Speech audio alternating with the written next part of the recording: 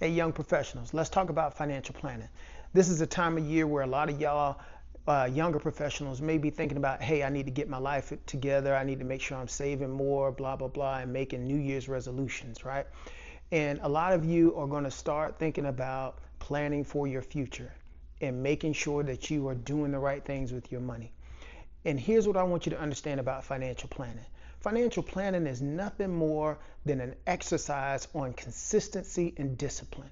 Meaning, do you have the discipline in order to save money on a consistent basis over a longer period of time to make sure that you can secure your future?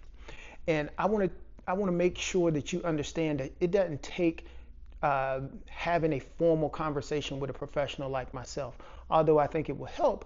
However, I want to prove it to you. Have y'all ever wondered how your grandparents and great grandparents were able to save money despite having very little formal education? They were able to save money, buy land, and actually own the home that most of you probably grew up in if you stayed with your parents or your grandparents growing up. And that was my story. And I had a grandfather who actually had 10 kids. He had 10 children, very little formal education, but was a skilled tradesman. By the time my grandfather died, he left behind land for each one of his 10 kids. I'm not talking about like a little plot of land that you build your house on these days. He left a couple of acres to each one of his 10 kids, and also left behind a house that was paid for my grandmother to continue to live in. And God bless her soul, she lived to be 100 years old. So that's proof to let you know that you don't have to be very sophisticated or have some high level of education in order to do well financially. The thing that separates our grandparents and our ancestors from us today is they were a lot more disciplined than we are today.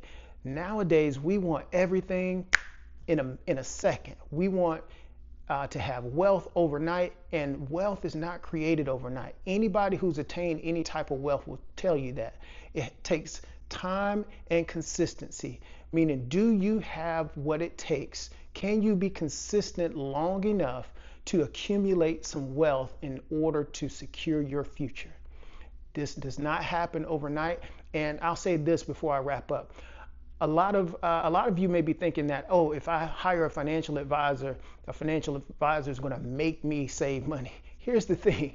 A financial advisor can't make you do anything. You personally have to make a decision about whether or not you want better for your life and that you want better for your future. Because otherwise, if you don't make the conscious decision to do better for yourself, a financial advisor really ain't going to do you any help whatsoever. You're just going to waste your time and your money. And that's what I tell people who come to me and they aren't necessarily ready personally to make those financial decisions that are necessary to be successful long term.